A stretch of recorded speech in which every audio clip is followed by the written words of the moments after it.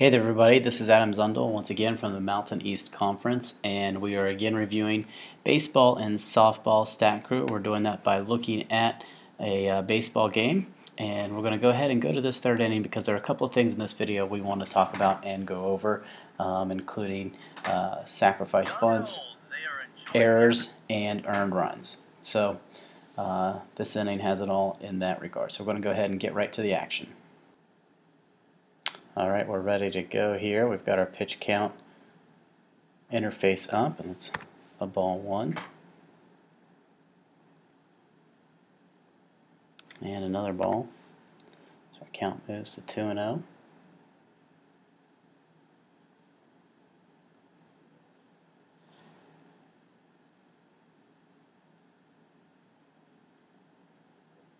And now here we go. Ball in the left field. We will rule that a double, so we're going to go put into play. And as we talked about in one of the previous videos, we like to give a little bit of detail, so we're going to put a 2B, and we could call it left field line, or we could call it left field. We'll call it left field. So you can put a 7, or you can put RLF if you'd like. We're just going to go ahead and put 7. Double to left field.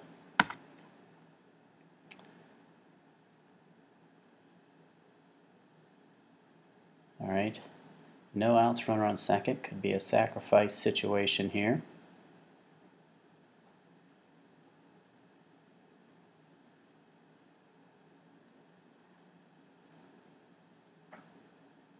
And he puts it down successfully, so we're going to go ahead and talk about this play a little bit.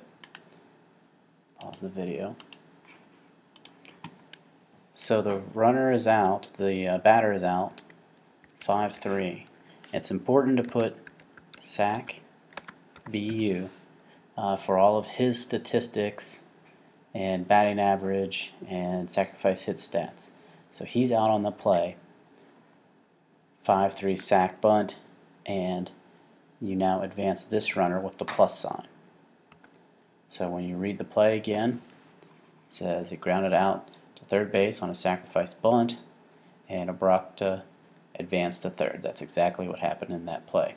A couple of notes about sacrifices. The intent has to be to advance the runner. On occasion, a player will attempt a sacrifice bunt and end up with a base hit if he beats out the throw. He could be considered as having a base hit. Also, it's important now to talk about sacrifice flies. Just because a runner advances on a fly ball does not mean the player at bat gets a sacrifice fly. It only occurs, a sacrifice fly only occurs when a runner scores. So let's just say in this instance our player hit a high fly ball to right field and the player advanced. It would have gone in as an F9, fly out to right field, and then a plus sign, but no sacrifice fly. So that's how that play would have gone. Moving on now to our video. There's a ball lined to short. Actually must have hit the ground, so we're going to put it into play. He's out 6-3, and you can put it in 63 or you can put it in 6-3. It doesn't really matter, whatever you're comfortable with. It's just easier to skip that step. Put it in 6-3. This runner didn't move. Okay, so now we have 2 outs and the runner's still on third. And therefore strike.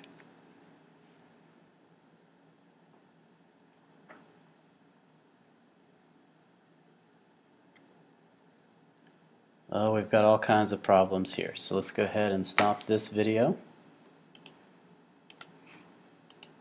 We're going to put the ball in play. And now, whoops. Now it's our decision on what happened on this play. Could that pitcher have made the play and gotten the out with routine effort? Seems to us as the official score that he could have made that play and should have made that play with reasonable and routine effort. He did not. Failing to do that means that he's going to be credited with an error. So we'll call that E1. That is going to explain how this player at bat reached first base. It was on an error on the first baseman. Then we're going to go ahead and advance this player at home. Because this should have been an error and it was the end of the inning, this player does not get an RBI.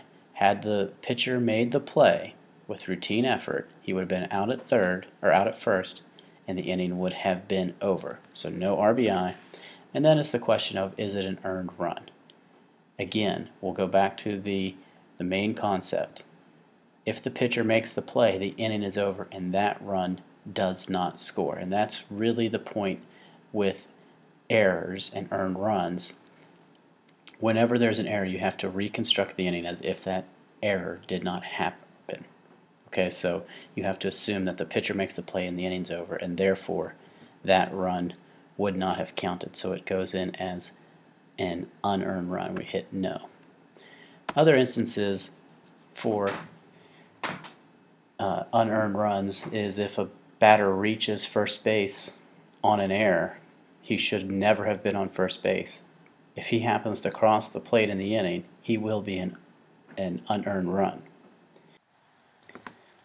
Rather than going over all of the various scenarios in which a run is counted as earned or unearned, again, we direct you to the NCAA statistical manual here, where there is an entire section devoted to earned runs, and it quite simply goes over everything. So if you ever come in and encounter one, just go straight to this page, reconstruct the inning, and then do your best to make that judgment on whether the run is earned or unearned.